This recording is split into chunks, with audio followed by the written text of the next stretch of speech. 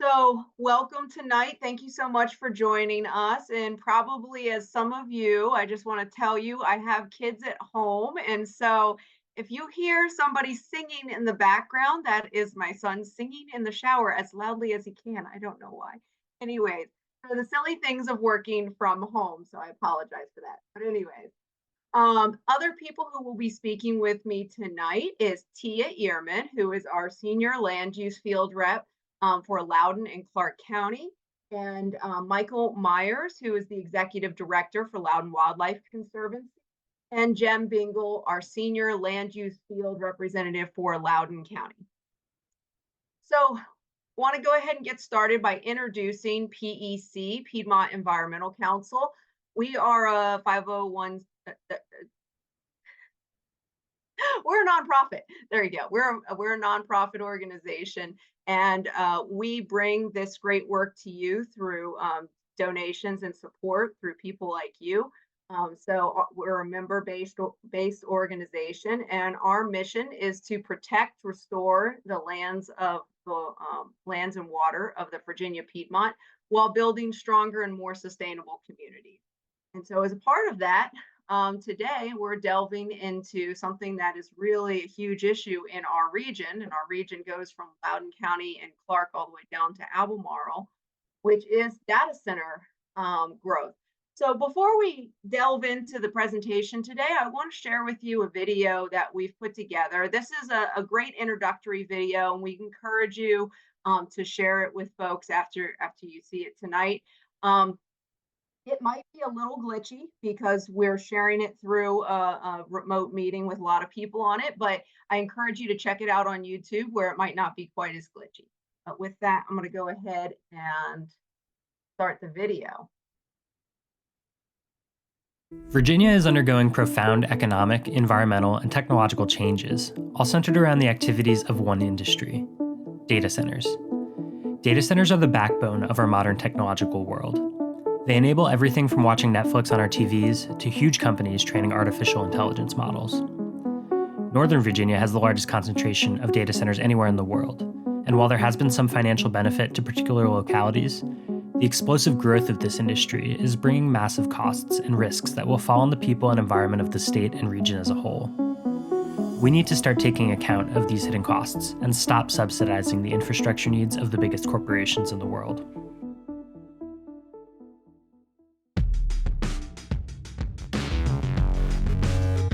Okay, so a data center is part of what makes our digital world in the 21st century work. It's usually a large concrete building filled with servers, and those servers are what processes and stores and transmits our data that we're using every day. The photos from your phone or the videos or any of those things that show up on that device, a lot of that computing power is elsewhere. Everything is held in those big concrete boxes. And so when you save something in the cloud, it's not in the sky. Whoever came up with that, genius. Northern Virginia already has the largest concentration of data centers in the world. At the moment, it's home to just about half of all US facilities. And yet the data center market here is still growing faster than anywhere else in the world, driven in large part by the boom of artificial intelligence. With these new facilities comes a huge increase in demand for energy upgrades, extensive acreage, and lots of water to operate. This explosive growth is threatening to derail our efforts to meet critical climate goals, maintain reliable and affordable power, protect air and water quality and state and national parks, and to conserve land. Data center development's been going on in our area for a long time. It really wasn't concerning initially because we had planned for the growth in an area that already had existing infrastructure for that growth. But recently, during the pandemic, we saw a much faster growth rate of data center development. Well, a big announcement for Loudoun County today. Amazon Web Services will build a pair of new data centers there. Yeah, total investment, about $11 billion, billion with a B. In Virginia itself, there's over 300 data centers, and in Loudoun County in particular, on the east side in Data Center Alley, we have close to 150, 160 data centers, with more in the pipeline for approval. There's not really a comprehensive policy on any level that's looking at the cumulative impact of these data centers, The on-the-ground impact of data centers is the land that they take up, but it's also the electrical infrastructure to power them. Data centers use a staggering amount of electricity. New proposals are averaging between 60 and 90 megawatts per facility. For scale, a single 60 megawatt data center building will use the same amount of electricity as roughly 15,000 households. Even if a data center's large roof were covered with solar panels, it would only produce a small fraction of the power needed. When data centers are proposed in Virginia, their applications are considered and approved solely by the county, city, or town that they'll be built in. The locality considers each application individually on its merits, how much tax revenue it'll generate, how it will look, the specifics of its design, and then they make a decision. Taken individually, a single new data center might not seem like it has far-reaching impacts, but one has to look at all of the facilities being approved across the region together to get a true sense of their total cost. However, there is nobody at the state or federal level keeping track of all the proposals and the cumulative impact that dozens or even hundreds more data centers will have as they come online. So as much as data centers will say that they're carbon neutral, their existence puts a lot of different renewable energy goals at risk. Most places energy usage is going down or staying flat because of increased energy efficiency. In Virginia, it is spiking up and doubling, and that's solely as a result of data centers. Over the next 15 years, Dominion forecasts that it will need to produce twice as much power as it currently does, nearly an additional 23 gigawatts, in order to cover the demand of current and future data centers. That is equivalent to more than 5.5 million households, or 12 North Anna nuclear plants worth of additional power, just for data centers. And now what we're seeing is this increased demand is not going to be filled with renewable energy.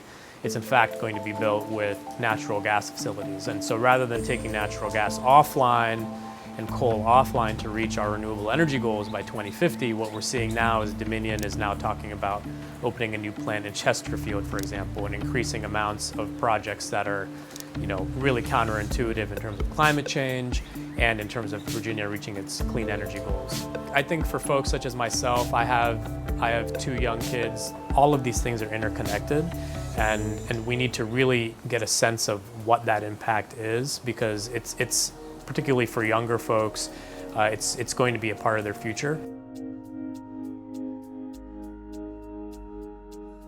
So who's paying for all of this? In Virginia, upgrades to the electrical grid, namely transmission lines, substations, and generation facilities, are not paid for by the specific company that requires the upgrade, but instead by all Dominion ratepayers. That's you, me, our neighbors. When we pay our electric bills each month, we are giving a direct subsidy to multi-billion-dollar companies like Amazon, Google, Meta, Microsoft, and Apple. I don't know about you, but that doesn't really feel fair. An industry worth trillions that have insinuated themselves in every level of government. These are some of the biggest companies in the world, and we're sacrificing our air quality, our water quality, our recreational facilities, and we're also building the infrastructure that they need to support their industries on our back. We're giving all of this to them, even though they're the richest corporations in the world. In every single way, data center development goes from a micro to a macro level. And people need to understand that the risk is to everyone, whether it happens to be next door to you or not. Our world increasingly revolves around data. We produce and store more and more of it each year. We can all try to make individual decisions to reduce the real-world impact of our digital footprint, but the use of data is a modern reality. As new technologies that require ever-increasing amounts of computing power are developed, the key question is how can we ensure that this is done sustainably?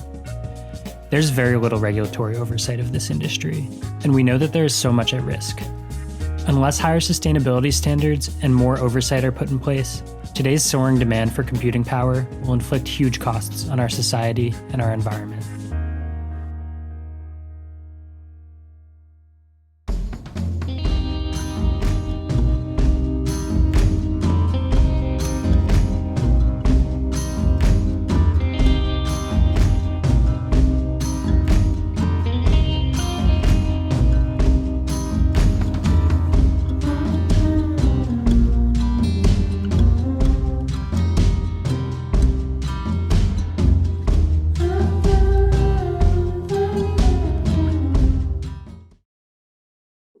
webpage at the end, PECVA/data centers, is full of great resources. So I urge you to take a look at that webpage if you want to learn more about this issue after this presentation. Because not only is that video on there, but we've also got interactive maps where you can turn on and off layers of transmission lines and data center layers, and a lot of other good information that we put together into articles. And I think there's a podcast and lots of other great videos up there. So anyways, with that though, I'm going to go ahead and share my screen and get back to the presentation. So the things that we're going to go over today are the explosive growth of the data center industry that you just saw in the video, transmission lines and the energy requirements that are associated with those data centers, and the trends and projections and what we can do individually and collectively, not just in Loudoun, but also at the state level. So first of all, let's start with the basics. Data Center Alley in Loudoun County is I'm sure if you've driven through there, you've seen how many data centers are there. It is actually the hub of the largest data center hub in the world. For comparison's sake, you can see on this chart, it's more than twice the size of the next one down, which is London. Although with more information, we actually know that that is, I think it's Beijing over in China is actually the second one down. But it is still one of the largest hubs in the world, and it's the fastest. It is the largest hub in the world, and it is one of the fastest growing as well. So why Virginia? Why are all these data centers growing in Virginia and continuing to want to build here, specifically in Loudoun County? Just for reference, some of the parcels in Loudoun County are now going for $3 million an acre. So it's a really good question. Why do they keep wanting to build here when the land is so outrageously expensive to build here? And it starts with our robust fiber network that we have in the Northern Virginia area, which began with the MAE East, which was one of the earliest internet exchange points on the Eastern Seaboard, and then it was followed by Equinix. And so that brought a lot of the interest for developing out the data centers in the 90s and the 2000s. But why have we continued to build here? And that is it's several different aspects that make it so attractive. One, we have skilled personnel. People have been building data centers here for decades at this point. And so we've got the electricians, we've got all the materials that's needed to put all this together. We have the skilled workforce to run these centers. It's a safe location. Generally, we don't have earthquakes, we don't have major flooding, we don't have fires. So it's generally a fairly physically safe location. There's available land, even though sometimes it doesn't feel like it. There really is. They still are able to find land to build out. There's available water, although might be getting close to having some strain on that. And then materials and resources, like I mentioned, we've been building data centers here for a very long time. So we have the generators, we have the equipment that they need within the facility. Supportive government policies. We've been very supportive at the state level and at the local level of attracting this kind of economic development because of the revenue that it brings in terms of tax to the locality.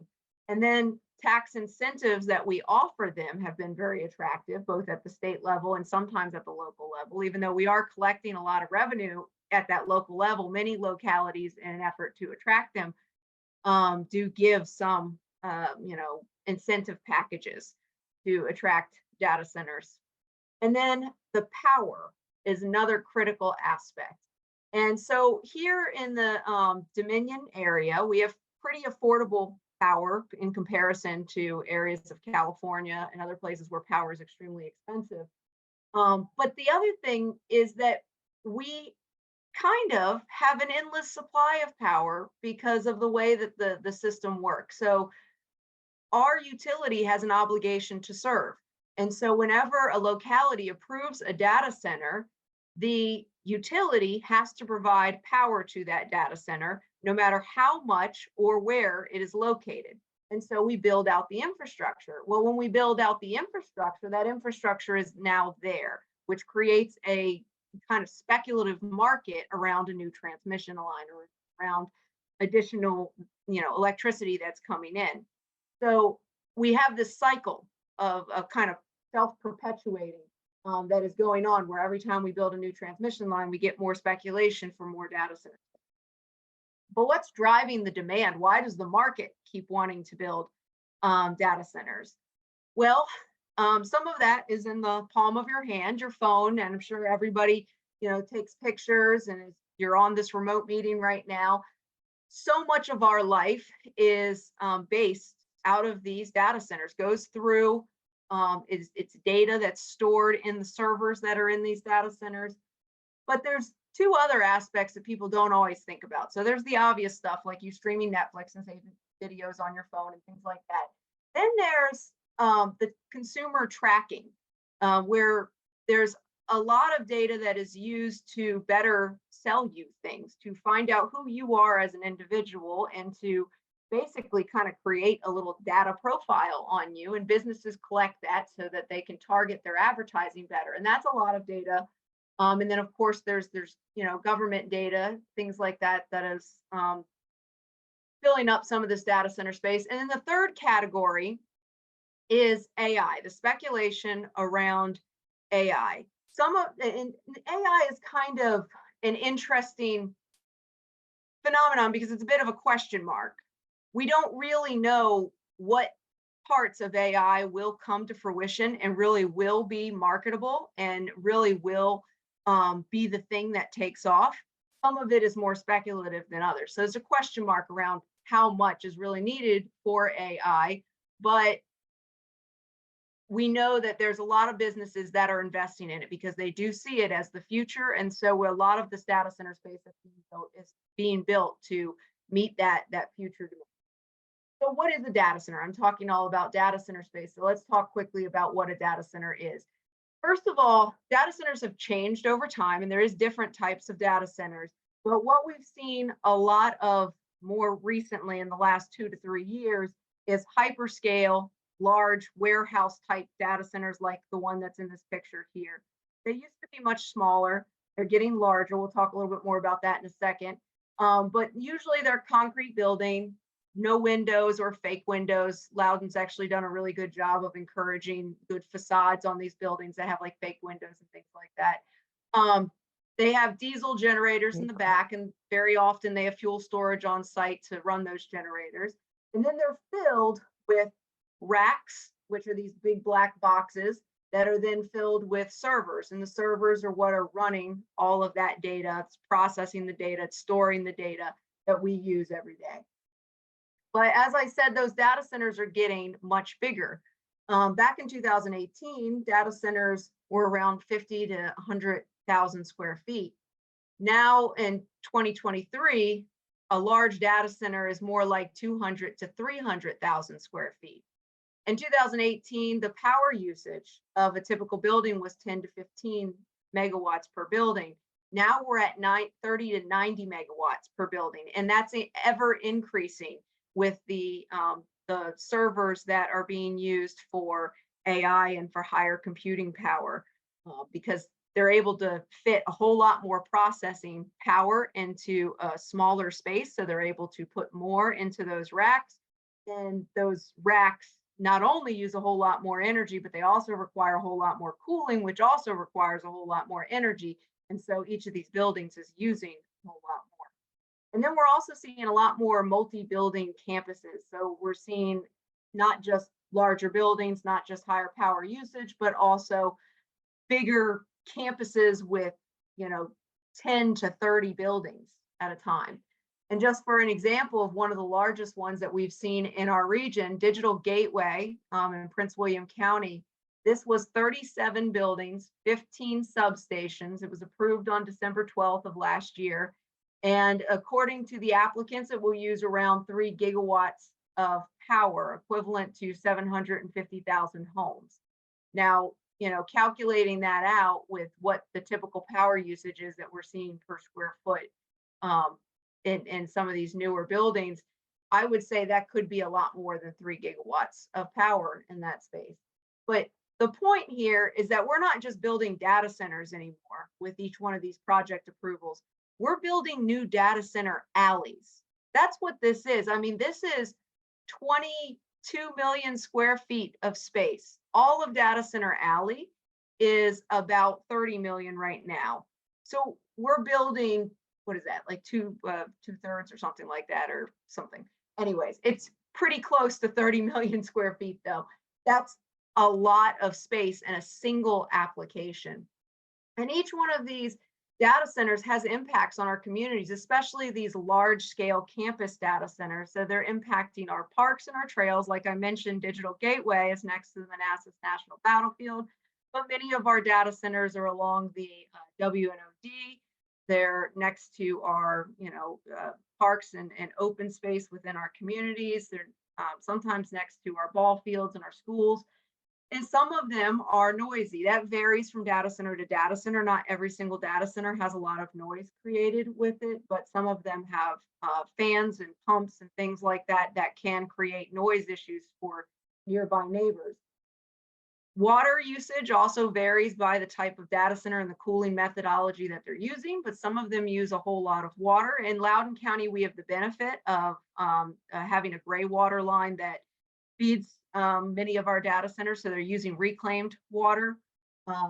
Not all of them, though, and that's a kind of mystery question. That's a question of needing more transparency around how much of that water is potable that we're using.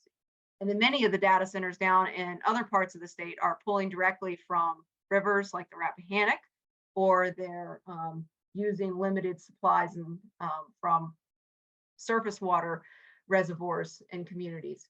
Then there's the air quality impact from the generators that are on site, wildlife habitat that's potentially destroyed by these large campuses. I mean, Digital Gateway that I just mentioned is over 2,000 acres of land. So these are sometimes very large campuses. And the design, like I said, can vary. Loudoun County's actually gotten much better about demanding nicer looking designs in the data center buildings. But some of them, no matter how nice they look, they're still 100 feet. And if they're only, 50 feet from residents or 100 feet from residents' homes, they still are dwarfing that community and having a significant impact on, quality of life for those folks who are located next to them. And then transmission lines and substations. All these data centers have to be fed by energy, because that is what the data centers rely on, a reliable power grid. And the way that our energy grid works is you have generation facilities like this little power station here, and that power generation then goes into our large transmission lines like the 500 kV lines that we see going just east of Leesburg up north-south. Then the voltage goes into a substation and it's stepped down, and then it might be stepped down into either 230 smaller transmission lines, or it might be stepped down into distribution lines. And distribution lines are like those wooden poles that you see along your community, and those go directly up to the households that they serve. And just for reference, so we have kind of a measurement of power, according to Dominion, 250 homes at peak usage, this means like the hottest day of the summer, is about 1 megawatt. So 1 megawatt serves 250 homes at peak usage.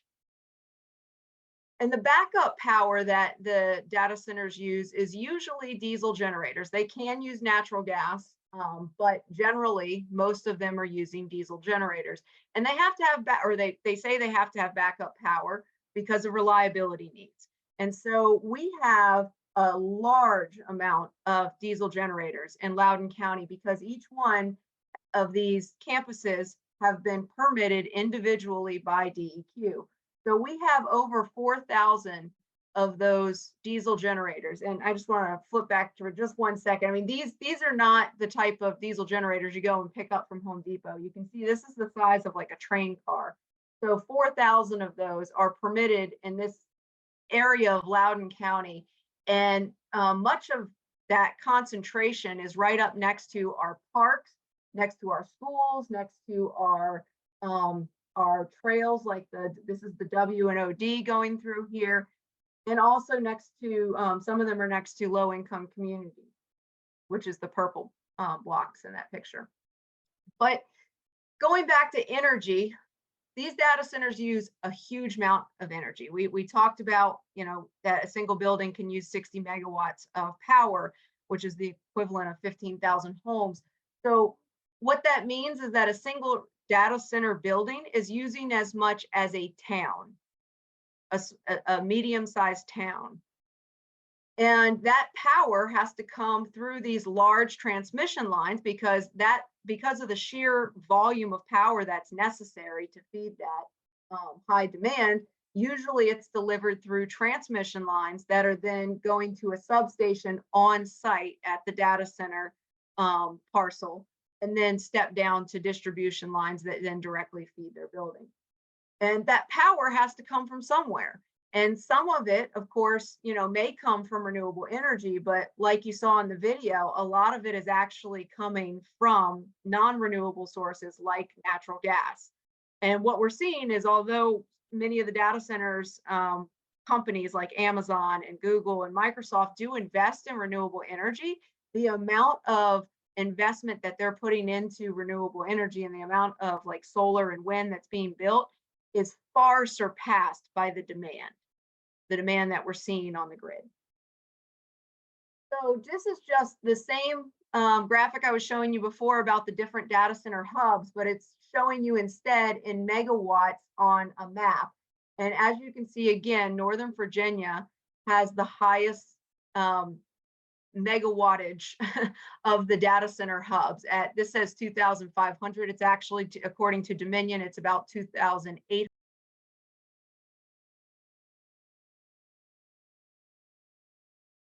With newer information is actually Beijing and then London. And AI is this looming increase in power that we're potentially going to see in the future. And so this raises a question of how much more will we need beyond what we're seeing right now, and how much more will each one of those data center buildings demand if they're being used for AI, which again uses servers with higher processing power and additional electricity to run that. This is the growth trend, the forecast put out by Dominion and PJM each year. It's based on information that they have. And what we've seen over the last couple years is a steady increase in our peak summer usage. And just so you know, the peak summer usage is our highest usage. Peak winter is slightly lower. So this is, you see as an increasing trend where we were kind of level, where all of a sudden spiking up, and this blue line is what they projected for 2023, and the green line is what they're now projecting for 2024. I mean, you can see what kind of an increase we're talking about. This is an almost exponential curve. So we're going from a peak use of 22 gigawatts to 45 gigawatts. That's a 23 gigawatt increase. The entire load is only 22 gigawatts. So we're talking about doubling our load. And where is that coming from? This graph is one that was made by Emily Richardson, VCU Capital News Service. And what it's showing is the forecast for other electricity usage. So this is industrial, commercial, residential, and you'll notice the difference between data centers. Data centers are what's driving that curve in that graph that we were just looking at. It's not residential, it's not anything else, it's data centers. And what we're looking at is a doubling of Virginia's peak load solely due to those data centers within 15 years. So what's Dominion's plan for addressing this huge increase? They are projecting that, or they are planning to use natural gas, advanced nuclear, and also delayed retirement of fossil fuel resources like coal and other facilities that were supposed to be retired. And we're going to purchase a whole lot more from outside of our area. And so this is a graph just kind of showing visually what their plan is for meeting that load demand. You can see we're going to increase solar still. We're going to increase some wind, and we're also going to increase battery storage, which is important. But we're also going to increase new fossil fuel, which is natural gas. And we're also going to significantly increase out of area purchases. And we're starting to actually see that come to fruition now. There's a proposal down in Chesterfield for a 1 gigawatt fracked gas peaking plant. And of course, there's many who are pushing back against this and protesting this because it's in direct conflict with the Virginia Clean Economy Act. This is the exact opposite of what we want to be doing. We're supposed to be moving away from fossil fuels, and instead we're building the largest natural gas peaking plant in Virginia. This is the transmission lines that came out of PJM. You may have seen in news articles what's being proposed, or what's moving forward. It's not proposed anymore. It's been selected, and now the utilities are working on routing these lines. And the brown lines are expansions of existing lines. So it means expanded right of way to build additional lines to carry more capacity. The red lines are brand new greenfield transmission line facilities, 500 kV. And the purple is wreck and rebuild within the existing right of way.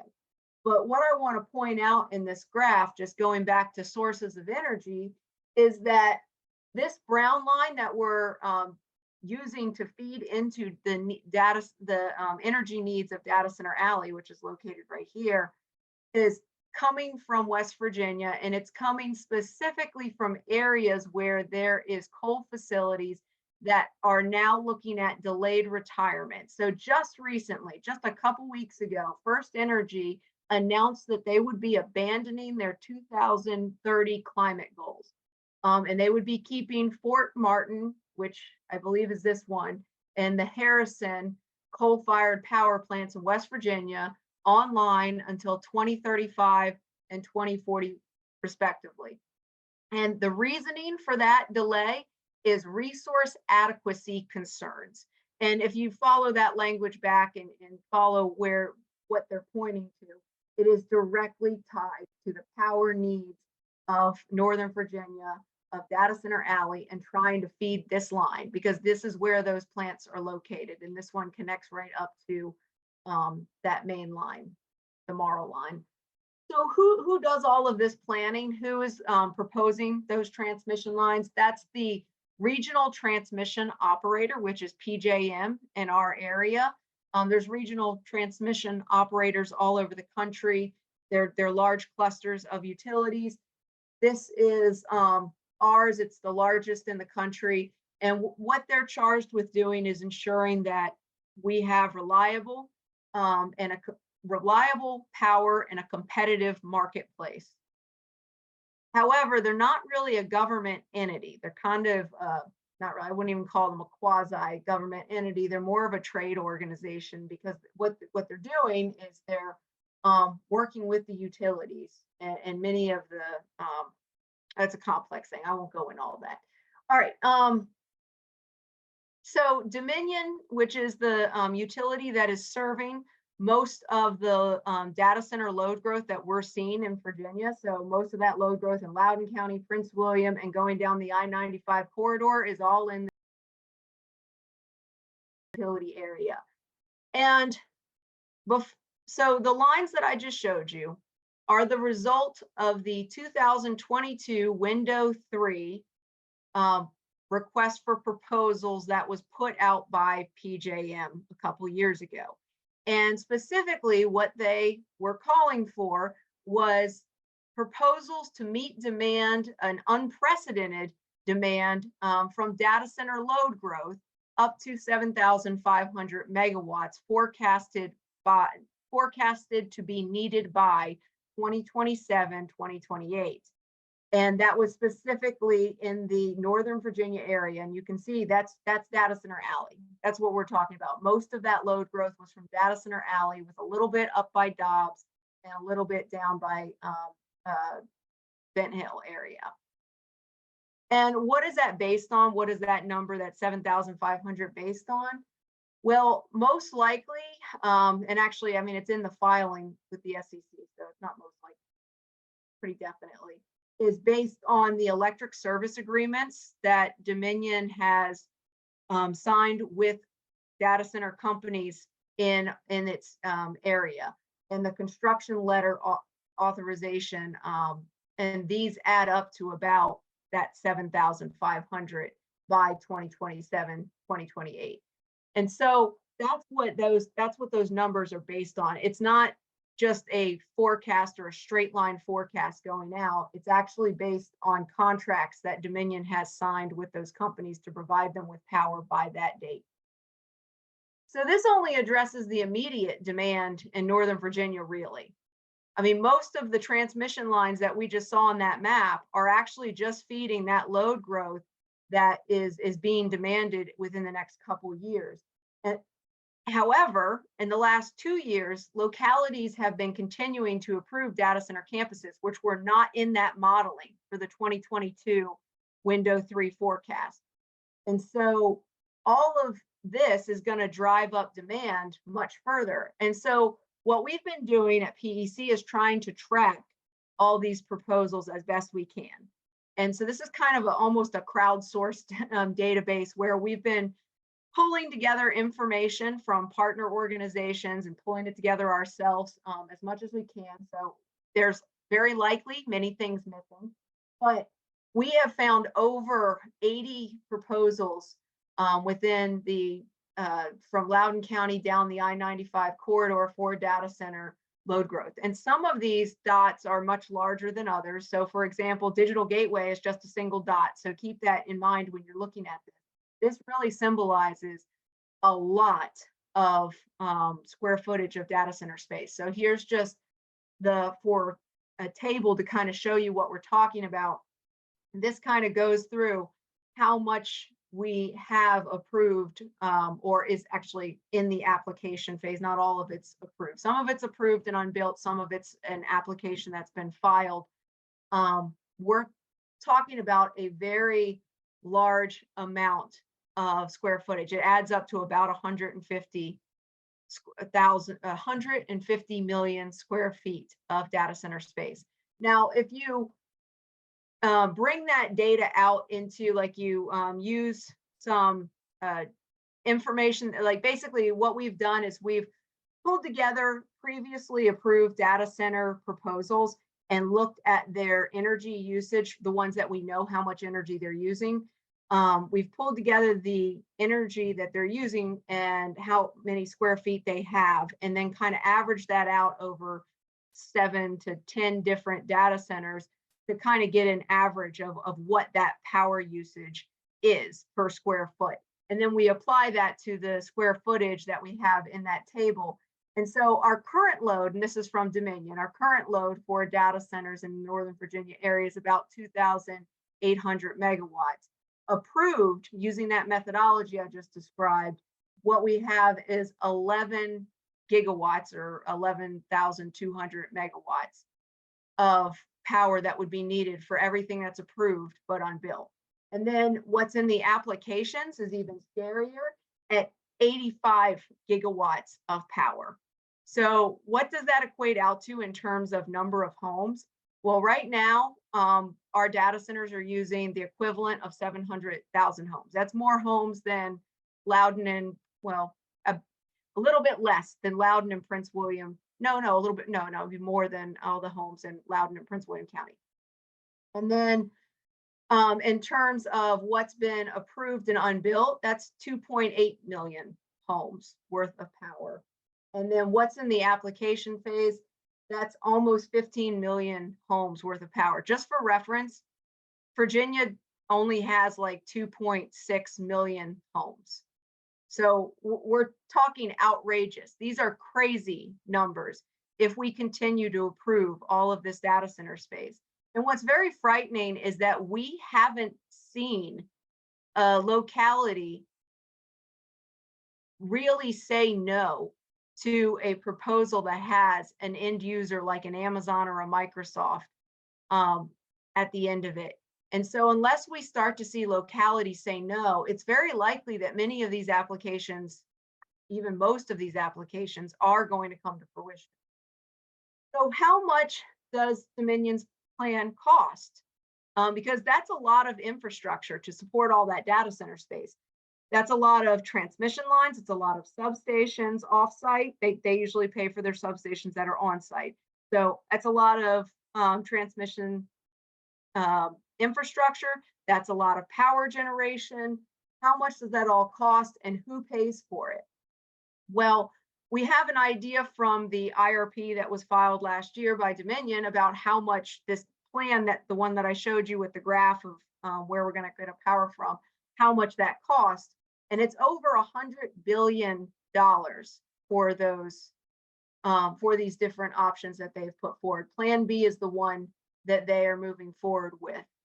And what's stark about this is last year, the 2022 IRP was only in the 80s, so $80 billion.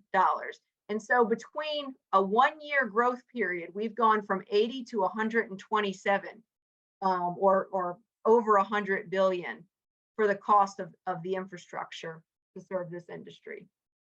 And this cost is passed on to the ratepayers. That's how these transmission lines and power generation and substations offsite are paid for, is by ratepayers. And a notice you may have seen in October of 2023, you may have seen this. There was a notice that was put in the local newspapers that is tied to that IRP and that forecast. And it showed that the increase in our average 1,000 kilowatt residential customer bill would be $127 over by 2035. Well, what does that equate out to? That's actually 100% increase in the bill. That's 100% increase by 2035 that ratepayers are going to see. So what's happening in Virginia right now is absolutely unprecedented. There's other areas that are straining their power resources, and they are running into some of these very questions that we are as well. Like Columbus, Ohio, for example, is starting to see strain on their power resources, and they're starting to worry about the bills going up. And Dublin, Ireland, Atlanta, Georgia, all of these places are starting to run into these things, but we are the ones that are at the tip of the spear. We are the ones who have gone the furthest. And we're, unfortunately, there's nobody else that we can look to see, okay, what have they done? Because we're the ones who have dug this hole the deepest. But we don't, I mean, PEC, we don't have all the answers. What we know is that what's happening is immensely important for Virginia, and it's immensely important for the ratepayers. It's immensely important for our climate, for our environment. And we know that we've got to get a handle on what's going on. And so we've tried to dig into, the big question of, okay, who's in charge here and who can we get to change their policies and address this issue? And some of the entities that we've been reaching out to, PJM, FERC, Virginia State Corporation Commission, DEQ, EPA, General Assembly, Dominion, local governments. But unfortunately, what's happening is that everyone is pointing the finger at everyone else, and we're all throwing the hot potato around and saying it's not our problem. PJM just argues that their job is to operate a competitive marketplace and ensure reliability. FERC says that this is Virginia's issue. They're just regulating the interstate transmission. And the SCC says that they can only regulate the utilities within the guidance set forth in the Virginia Code, and there's nothing in the Virginia Code that gives them, address this issue. And DEQ, they argue that, hey, we can't look at the cumulative effect of all those 4,000 diesel generators out in Loudoun County. We have no framework for that. We evaluate them all individually. We can't look at the cumulative impact. General Assembly argues that, that approving land uses is the purview of the localities. That's not their job, and the electric utilities have an obligation to serve the customer. That's actually in the Virginia Code, that they do have an obligation to serve requested power. And local governments are like, hey, we need the revenue, and this issue needs to be addressed at the state level. We don't want to be the ones that don't get this revenue from data center industry. Virginia cannot continue down this path though. Like this is not a sustainable path. This is a tragedy of the commons. It's very clear looking at these numbers that it's out of control. We've got to get a handle on it. So we're going to delve into what's happening specifically in Loudoun County now. So we talked a little bit about these transmission lines. These are the proposals that are being moved forward by NextEra, which is a transmission line development company through Western Loudoun. And then Dominion is building the 500 kV loop around the eastern side of the county. That's the one that goes down Route 7 and is going to go down to around Brambleton. It's the Wishing Star to Mars, Golden to Aspen. If you've heard of those, it's that line. And then Dominion's also doing all the upgrades along the backbone 500 kV that goes up to Dobbs and down to Mooresville. So who's, like I said, who's doing this? NextEra and Dominion. And as I just described, these are the lines that are being upgraded. And these have huge impacts on the community. I mean, these are not tiny lines. These are massive transmission lines. These dual 500 kVs in the bottom left-hand corner here are the ones that go through or go just east of Leesburg and go beside the Manassas National Battlefield. And those are going to be upgraded to monopoles, 3 monopoles, and a different design, but they're also going to be taller.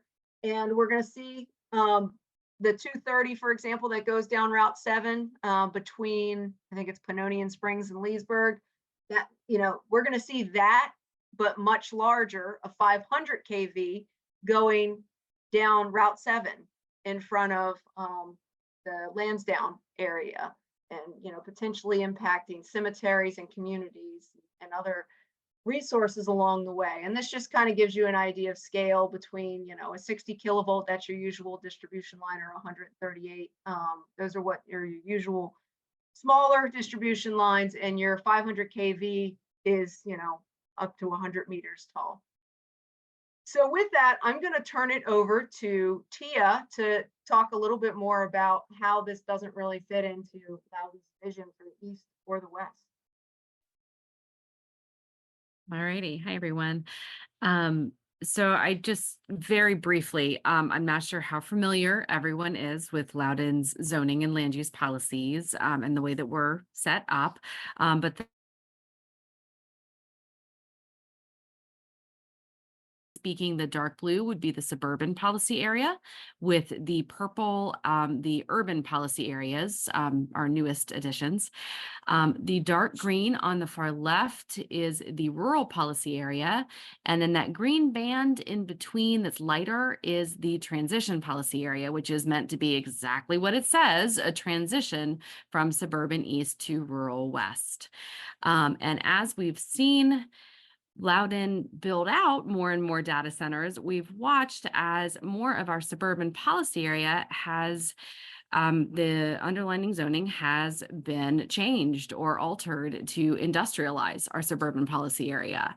That is leading to more applications in the transition policy area that are far denser than what is appropriate for that. So this is an issue that really impacts all sides of Loudoun, where we're not following the guidance that we've put a lot of time and money into laying out for ourselves to follow. I'm sure many of you are very familiar with the comp plan we just went through rewriting for ourselves. And we have good language in our documents. We just need to be following it.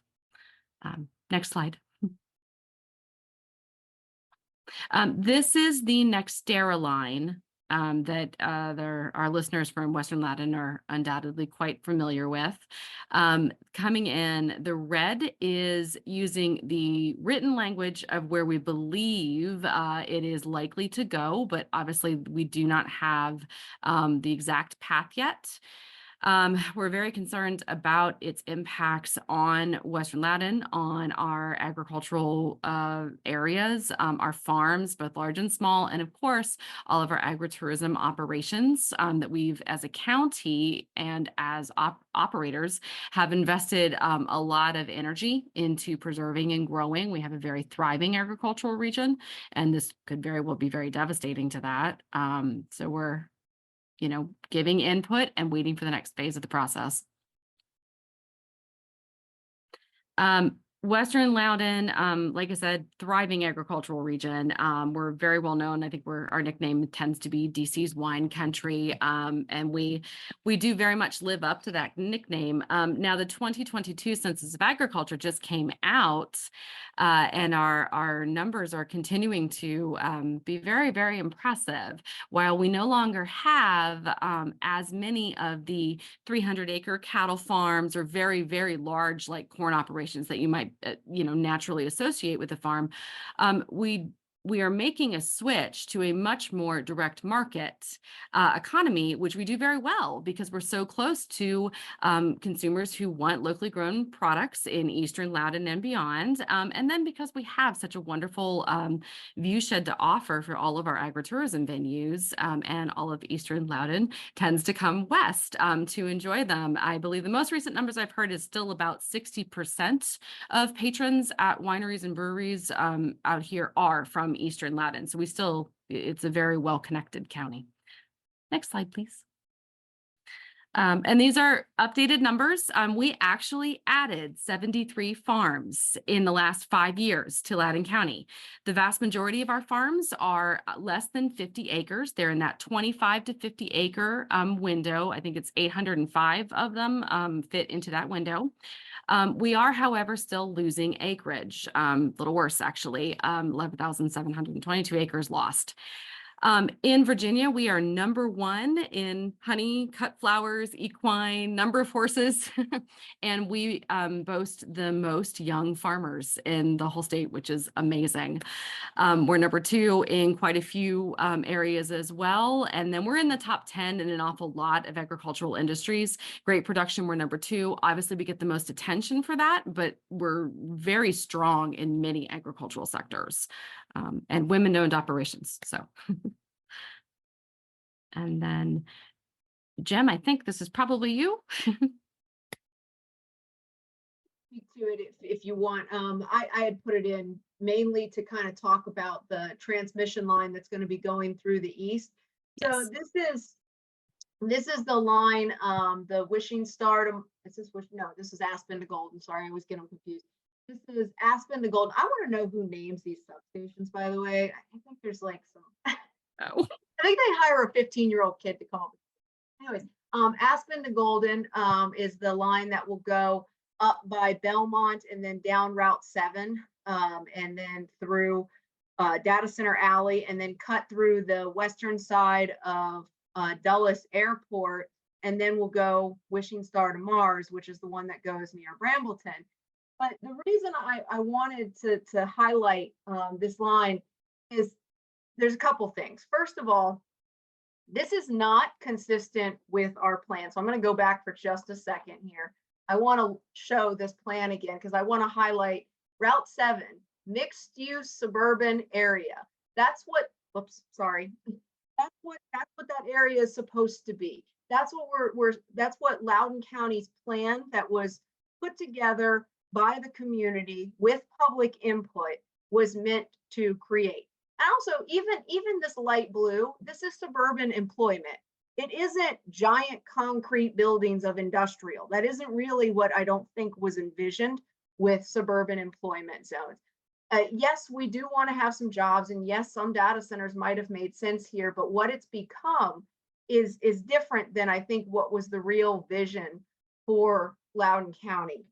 And so this line is going to perpetuate additional growth of data centers along it. And that's exactly what we're seeing. So every time a transmission line starts to move forward, immediately there's speculation from data center proposals, at least in the last 3 years, to get on that line, because the number one issue the data center industry is running into is power. They need power, and they want to be as close to potential new power sources as they possibly can so they can get into line to get that power. And so these red triangles are all the new future data center. Some of them are proposals, like this one was, I think this is the one that was just approved by Leesburg. And then you've got the Belmont one that's being discussed on the Goose Creek, which is going to be coming up on the 13th, I believe. Feel free to interrupt me if I'm saying something wrong, Tia or Jim.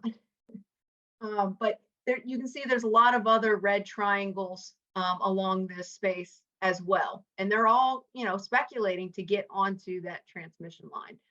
So actually, sorry, I want to say one more thing, and then I'll pass it over to Michael for a second. This is cutting through resources. This is actually cutting through communities. And I wish I don't have on here a good aerial of what this area looks like, but this part of the line gets pretty close to residential communities. And so we're building ever closer to these communities. And these are only the 500 kV. This is the 500 kV loop that's kind of the regional transmission line. We're also seeing a whole bunch of little 230 lines that have to connect up to these triangles. So, there'll be like a little 230 line that has to connect up to this data center, and that's going to have to cut through businesses. It's going to have to cut through residential communities. And oftentimes they try to put them, co-locate them with right-of-ways of roads or through, unfortunately, stream riparian kind of areas or parks, so that they don't have to go directly through communities. But at a certain point, if we continue to approve all of these data center buildings, there will be a time when there won't be a park, there won't be a riparian buffer, there won't be a road corridor that's wide enough to allow for a transmission line, and our utility has an obligation to serve. And at that point, they might actually have to start taking houses. And I don't know that anybody really wants that to happen. I don't think, honestly, even the utilities want that to happen. So we've really got to get a handle on what we're doing and think about where the power is going to come from so that we're not in a situation of potentially taking people's homes and destroying our wildlife like Michael's going to talk about. Michael? Great. Thanks, Julie. So I'm Michael Myers. I'm the Executive Director of Loudoun Wildlife Conservancy, and our mission is to inspire, motivate, and engage people to preserve, protect, and restore wildlife habitat here in Loudoun County. We do that through 4 main program areas: advocacy, education, citizen science, and habitat conservation. And we are a membership-based, volunteer-driven organization. So what that means is we rely upon our members and also other funding sources for funding and resources to support our programs. And we're volunteer-driven, which means that volunteers run pretty much all of our programs. And they're the ones who really make our success possible. And so why are we here? Well, as Julie was just mentioning, these green spaces that we have left are just getting carved up by this collateral infrastructure needed by these data centers. And this walk, this picture here is one of our monthly bird walks that we lead at the Sweet Run State Park, which is in Western Loudoun, where the PJM proposed line, approved line, is going to be expanding. But we also lead other walks throughout the county. So as Julie mentioned, impacting our parks and green spaces and our riparian buffers is happening at an alarming rate. And 2 of the examples for Eastern Loudoun are along from Aspen to Golden. It goes along Route 7, and then it cuts south down Loudoun County Parkway. Well, one of the parcels that is going through is the Crawford Park for One Loudoun. So we decided to build dense residential areas. They set aside parkland next to and adjacent to Broad Run and the riparian buffer, and now a power line is going straight through that. Also in that same vicinity is a wetlands mitigation project, meaning that wetlands were destroyed in one area and they were replaced in this other area. Now we're building a power line through and over that. And we saw the same exact thing happen from Wishing Star to Mars. which that was just south of Brambleton and Evergreen Mills Road, west of Loudoun County Parkway, where the Brambleton HOA set this aside as parkland along Broad Run. And there's a wetlands mitigation project there as well for impacted wetlands. Guess what? Power line right through that park. And that park in particular is one that has incredible biodiversity of wildlife. Because it's you have the Broad Run that runs through there. You have this wetland site. You have forested wetlands. You have vernal pools. You have mature forests. You have open fields. You even have like the stormwater management pond that was set aside over there. And in some of our bird walks that we've led there, we've recorded over 60 species of birds in just one morning walking there, with a team led by our volunteers and a small group of participants. There's even like a small heron rookery that is establishing along Broad Run where that power line is going through. And the one on Aspen to Golden, guess what? There's a big heron rookery there too. So this is impacting our green space at an alarming rate. And that doesn't even take into account the physical land that data centers need to be built. These are just collateral impacts of the cumulative impacts of all this happening. And so what's happening is we as citizen and wildlife, we're losing out. This isn't a Western Loudoun issue and an Eastern Loudoun issue. This is a quality of life issue for all of us. And as our green spaces are impacted, we're an organization that wants people and wildlife to thrive together. And everything we do, we're trying to achieve that vision. And this just becomes increasingly more and more challenging and difficult as our green spaces get destroyed by these impacts. Thoughtful about how we're developing, where we're developing, why we're developing, and it's impacting not only our health and quality of life, but the health and quality of life of wildlife. And wildlife and biodiversity is extremely important for a functioning ecosystem and the health of humans as well.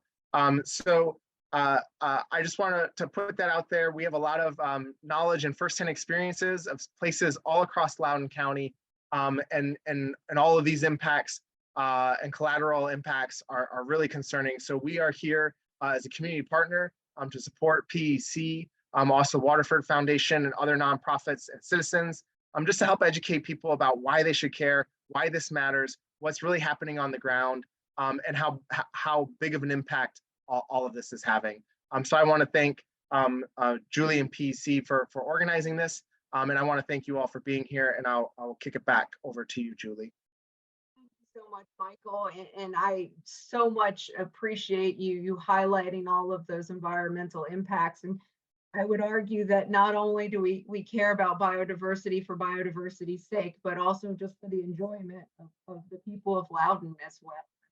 Why can't we have a nice place to live? I mean, isn't that what economic development was supposed to be coming to Loudoun County for, was to enhance the quality of life and make it better?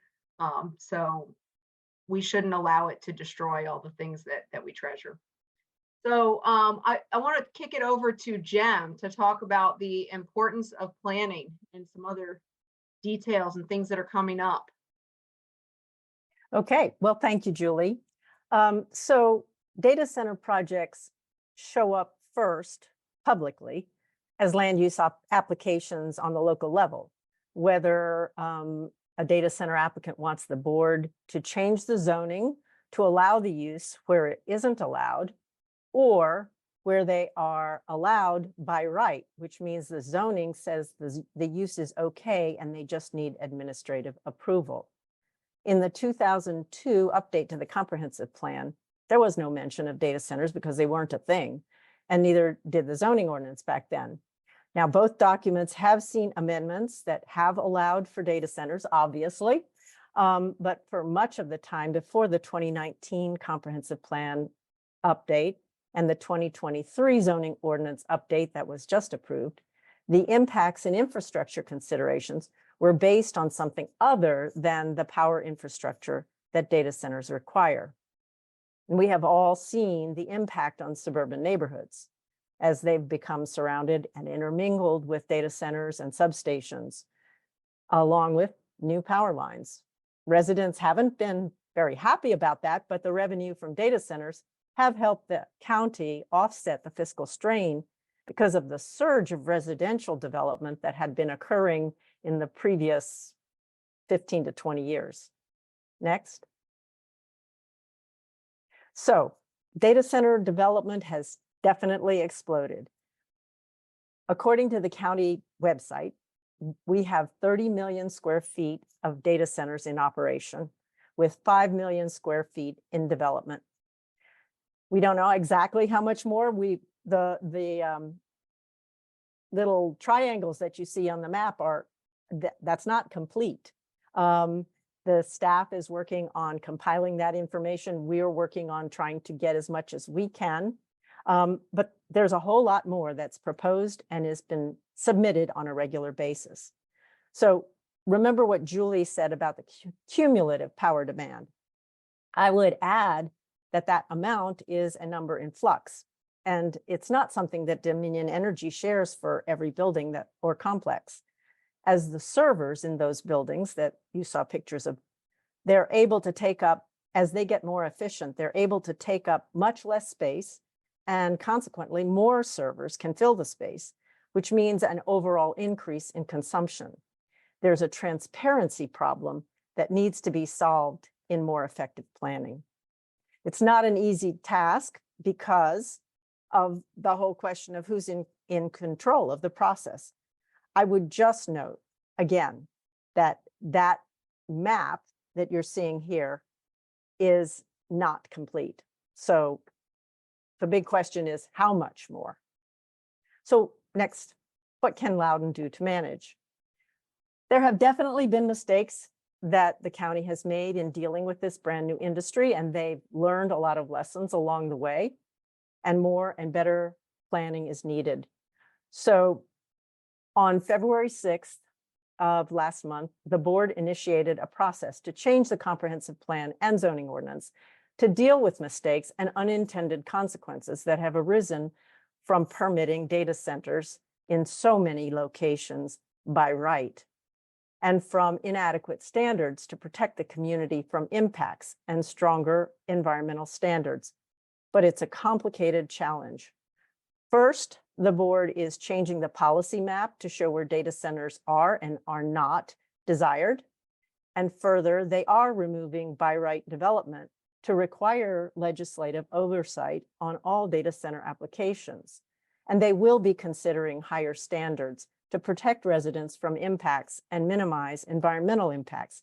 But the process won't be complete fully until 2025, as proposed by staff. In the meantime, next. Keep going. Data center applications keep rolling in, both by right and requests for board approval.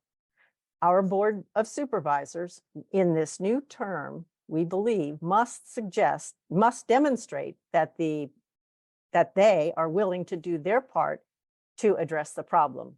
And in their new term, which started in January, show that they are closing the door on the old ways and taking a stance that will help to solve the problem and not continue it. For an industry that won't control itself, the board must do its part to help protect not only Loudoun residents, but those across Virginia and in neighboring states that will be impacted by rate increases. So we are strongly urging the board to pause approval of more legislative applications.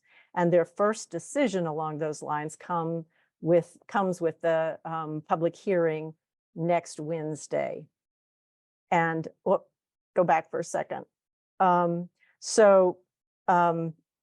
The Belmont Innovation Campus is what will be heard at the public hearing. And what they're doing is asking for expansion beyond what is possible by right. While they have proffered many good elements, they will still need more power to contribute, or they're going to be taking more power to contribute to all the negative impacts that we've talked about. So they have said that they will use 600 megawatts of power. Just to compare that with the power plant that we have in Loudoun at maximum capacity, that power plant puts out 778 megawatts of power. So basically, this is more than 3/4 of the full capacity of this power plant. And that kind of increase that we're seeing is just not sustainable. So I saw a couple of questions. Well, what are we going to do? What are we going to do? Next. So in addition, what we need the board to do is to pause and be careful not to increase its fiscal dependency to avoid future risk. Eliminate available incentives. There are quite a few listed on the county's website. So we don't need more incentives at this point in time. And the Board of Supervisors should act on an initiative to eliminate the fast track option, which was something that was put in place when they wanted to sort of really encourage development of data centers. If it's necessary, because it applies to all commercial, I believe, then let's just suspend it for the time being, because most of those applications are going to be data centers anyway. Next slide. The county should look at adopting out-of-the-box solutions and demand more from data centers to reduce the ground level impacts on the community, increase their sustainability standards, require space for substations on site, and demand higher standards for substations that are adjacent to residential. The board needs to ask for help from the General Assembly. You saw it's not a one level of government kind of solution, and data centers need to be part of the solution, not just part of the problem. So partnerships with data center companies, with utilities, and the public, frankly, need to be all part of this solution that will help us. It's not going to solve the problem. At this point, we don't have one solution that is going to fix everything, but we need all of the players to contribute. Julie? So in summary, explosive growth of data centers requires a massive amount of energy and infrastructure. This is burdening the explosive growth of data centers is burdening our air quality, our water quality, and our water supply. It's stressing our grid. It's threatening reliability and our electric rates. And the community impacts are following on communities, both those that are located in close proximity to the campuses, but also those that are feeling the impacts of the power lines and the power generation facilities that have to be built in mass to continue to support this industry. It's threatening Virginia's clean energy future and the environment and our communities. And the cost of the infrastructure is being borne unfairly by ratepayers rather than the industry. So what needs to happen? This just kind of follows up on the detailed things that Jem just laid out for you for Loudoun County, but at the higher level, we need better planning and monitoring at the state and regional level. So that means actually keeping track of all those cumulative air permits, the cumulative impacts of those air permits that we've permitted, the cumulative impacts on our water resources of continuing to allow water usage if we start to run out of reclaimed water availability. Greater transparency.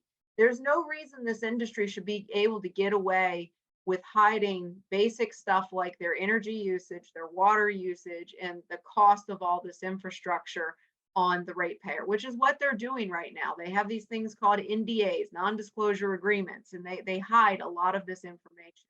We need transparency required at the state level on that.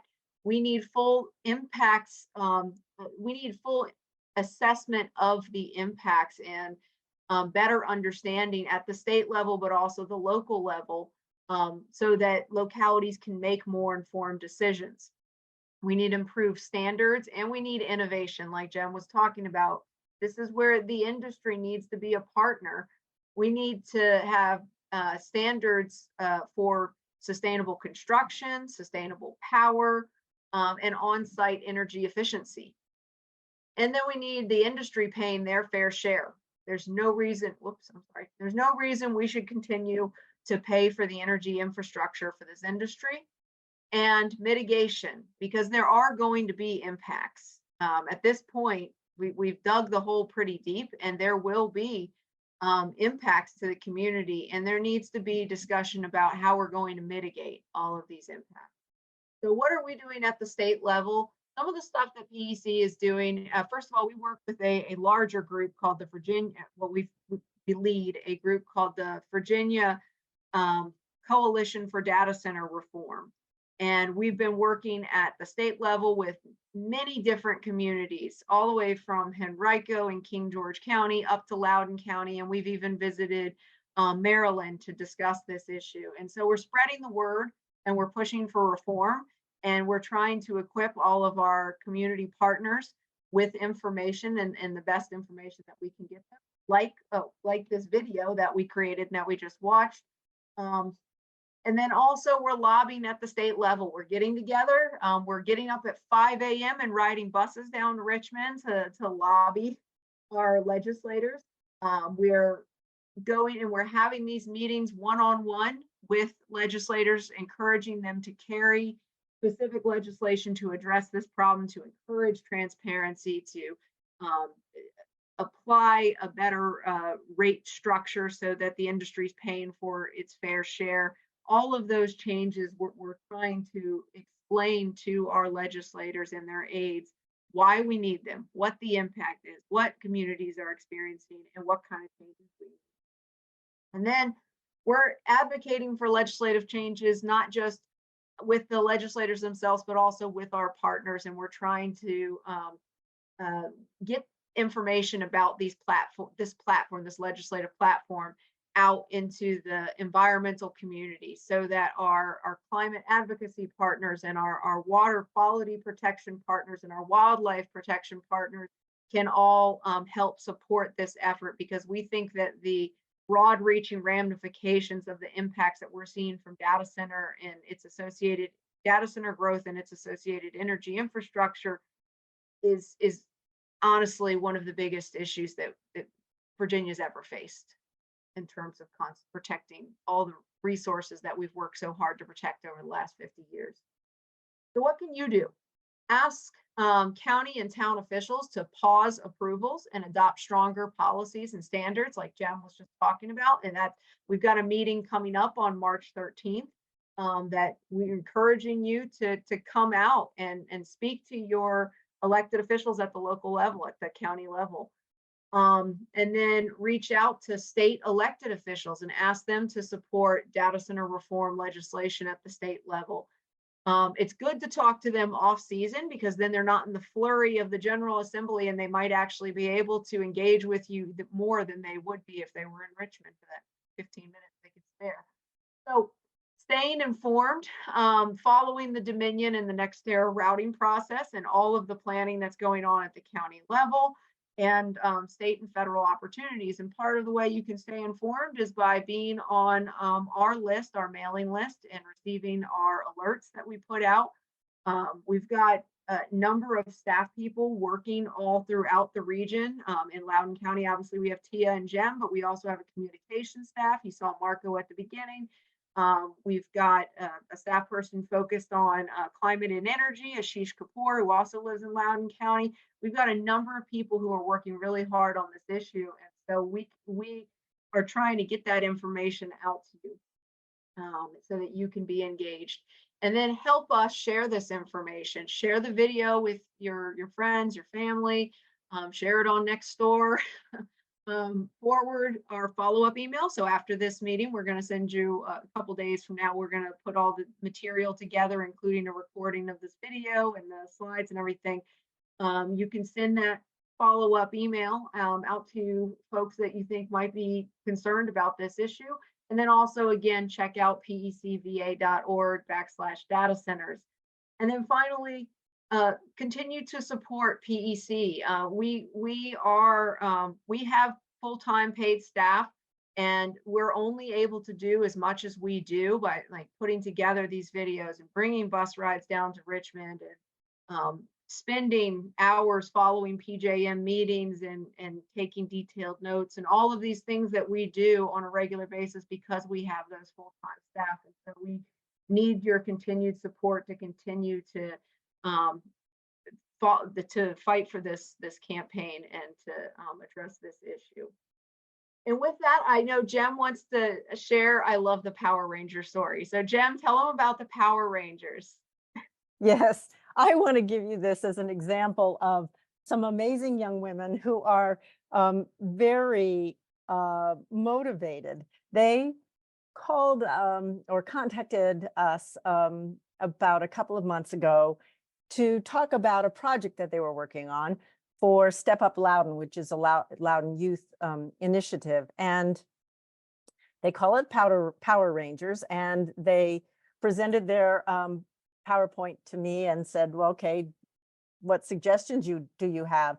And I mean, I was so impressed by the homework that they've done, that they had really covered the whole territory. You can see I just had to show this clip of why they talked about this issue being important. Well, I didn't do this, they did it.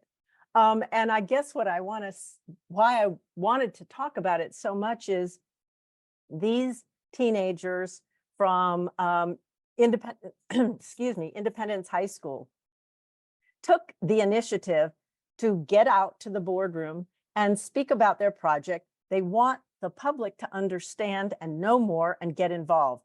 Well, my goodness, if these teenagers can do it, so can everybody else.